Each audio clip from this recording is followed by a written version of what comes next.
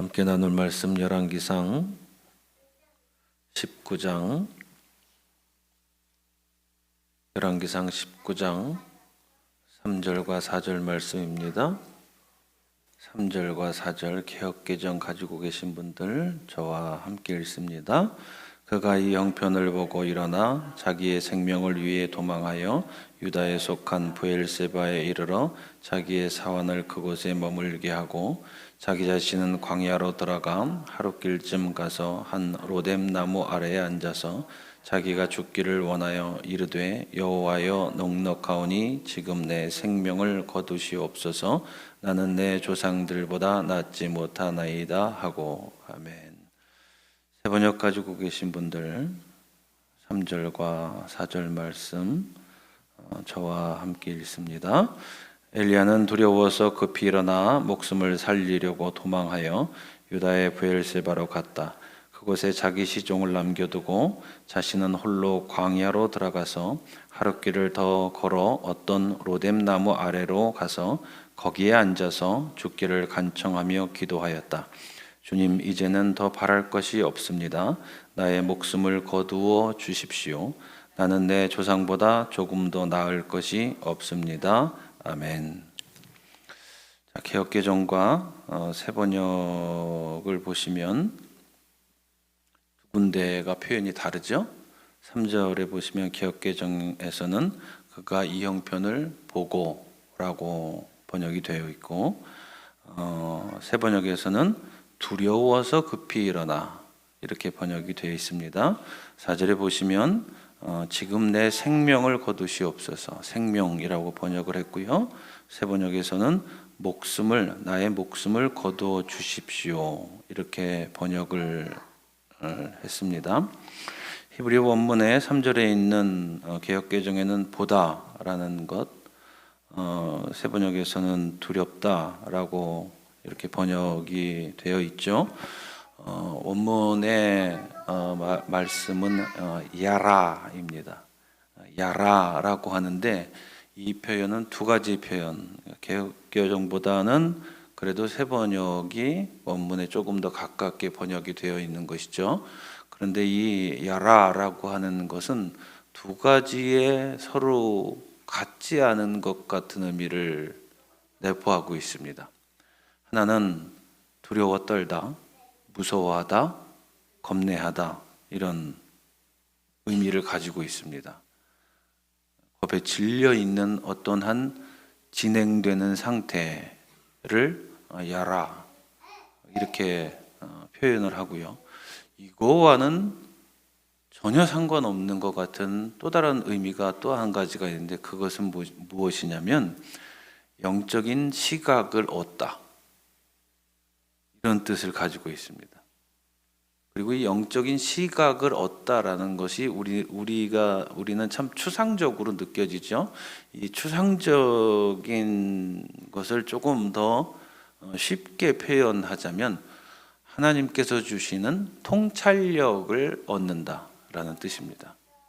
그러니 지금 번역은 이렇게 보다, 형편을 보다 이렇게 번역을 해놓고 하나는 두렵다 이렇게 번역을 해놨는데 히브리어 원문에는 겁에 질려 있는 진행되는 그 상태를 의미하기도 하지만 또 다른 하나는 영적인 눈을 뜨다, 하나님께서 주시는 통찰력을 얻다 라는 의미가 두 가지가 다 내포되어 있습니다. 우리가 성경의 인물들을 볼 때 어떤 관점을 가지고 그 성경의 인물들을 보느냐에 따라서 사실은 한 사람에 대한 평가가 굉장히 다를 수 있습니다. 지금 묵상집 제가 올려드리는 것으로 묵상하시는 분들 계신가요? 안 하시는 분들이 더 많겠죠. 묵상집을 보면 제자들이 굉장히 욕을 많이 먹죠. 그죠?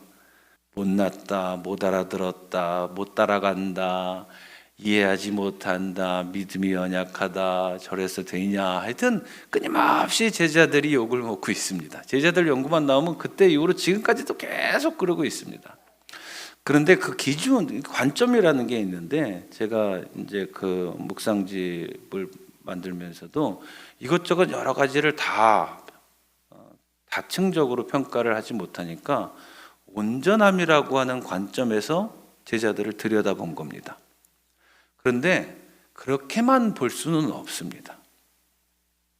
만약에 믿음의 성장이라는 안경을 끼고 제자들을 보면 이 또 제자들만큼 그 어느 누구보다도 빠르게 믿음이 성장한 사람들도 드뭅니다. 그리고 실제로 제자들을 위시한 약 100여 명의 예수님을 따르던 사람들이 초대교회를 형성하기 시작했는데 그들의 믿음은 그냥 순교자의 믿음, 그러니까 엄청나게 성장한 그 단기간에 엄청나게 믿음의 성장을 일구어낸 사람들이라고 또 평가할 수 있습니다. 근데 왜 이 말씀을 드리냐면 지금 도망가잖아요. 그죠? 누가 도망가요?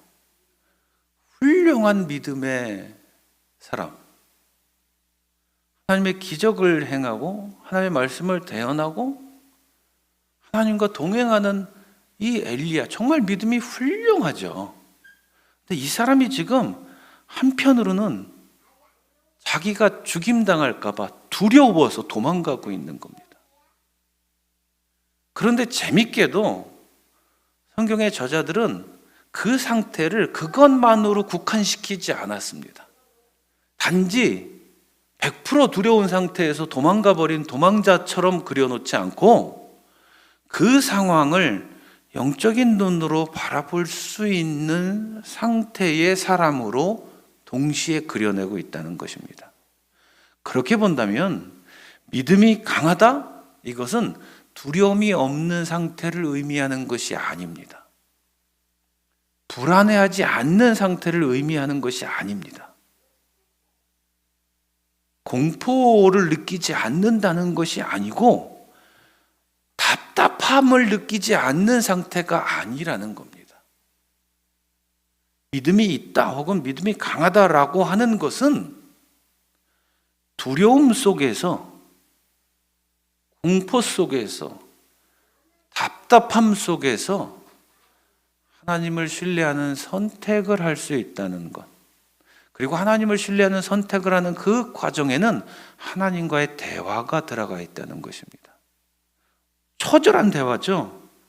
지금 이렇게 얘기하죠. 주님, 이제는 더 바랄 것이 없습니다. 나의 목숨을 거두어 주십시오. 이제 목숨, 그럼 우리의 이 생물학적인 죽음을 의미하는 거 같잖아요.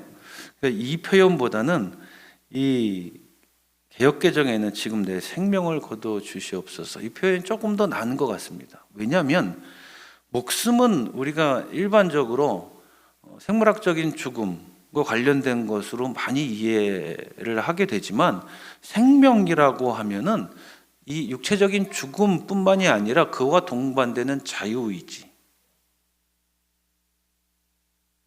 내 안에 들어가 있는 이 영혼, 생명에는 영혼, 육체, 그리고 그 안에서 작용되는 자유의지, 이런 것까지도 다 포함된다고 하는 것입니다. 그러니 개역개정의 번역이, 단어 선택이 더 잘 돼 있는 거죠. 그 생명을 거두어 달라라고 하는 것은 사실은 이것은 하나님 앞에 대드는 모습이 아닙니다.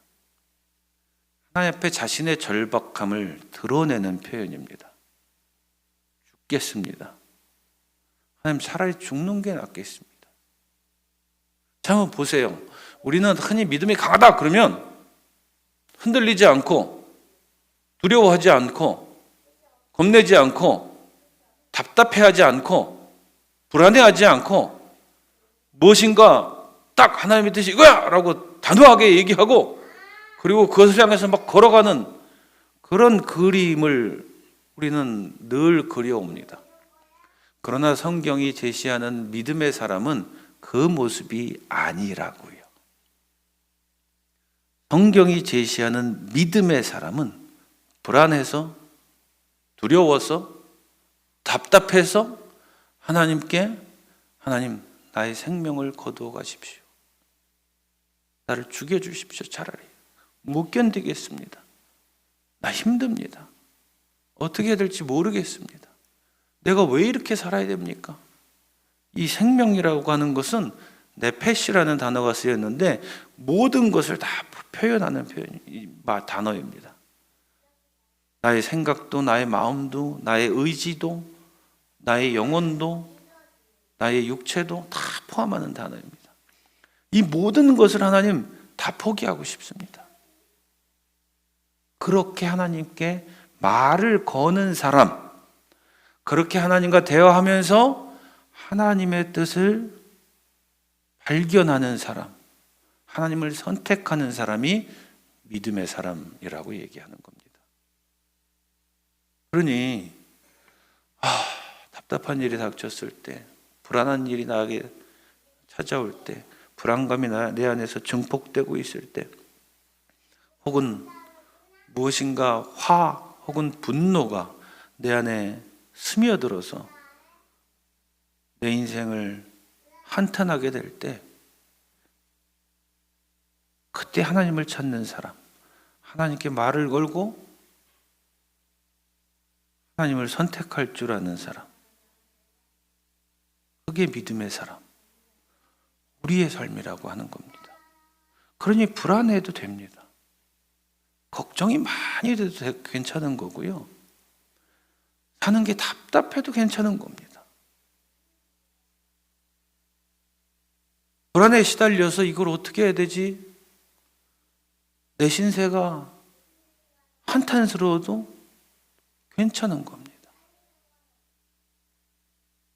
성경은 그것을 무시하지 않습니다. 그것을 나쁜 것이라고 이야기하지 않습니다. 불필요하다라고 이야기하지 않습니다. 그 안에서 누구와 대화를 할 것이며 누구를 선택할 것이냐에 대한 문제만 남았을 뿐입니다. 그러니 악착같이 기도하고 악착같이 하나님을 믿고 따르는 그 삶의 노선을 선택하며 살아가는 우리야말로 믿음의 사람이라고 이야기해도 하등 문제가 없다는 겁니다.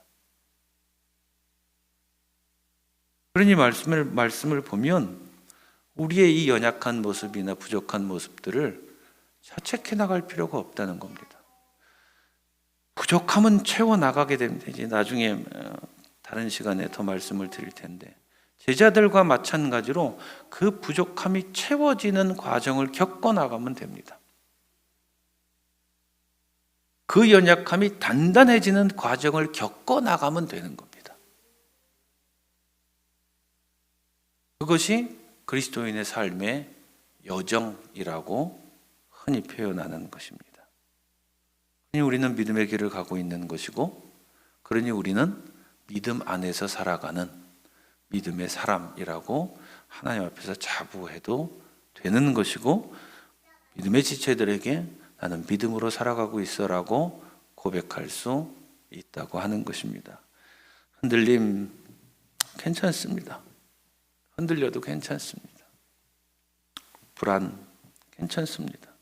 불안해도 괜찮습니다. 걱정 괜찮습니다. 그럴 수 있습니다. 아픔, 네, 당연히 있지요. 원망, 당연히 있지요. 그러나 그 모든 것 가운데서 하나님께 말을 걸고 하나님을 선택하는 지체들 되시기를 주님의 이름으로 부탁을 드립니다.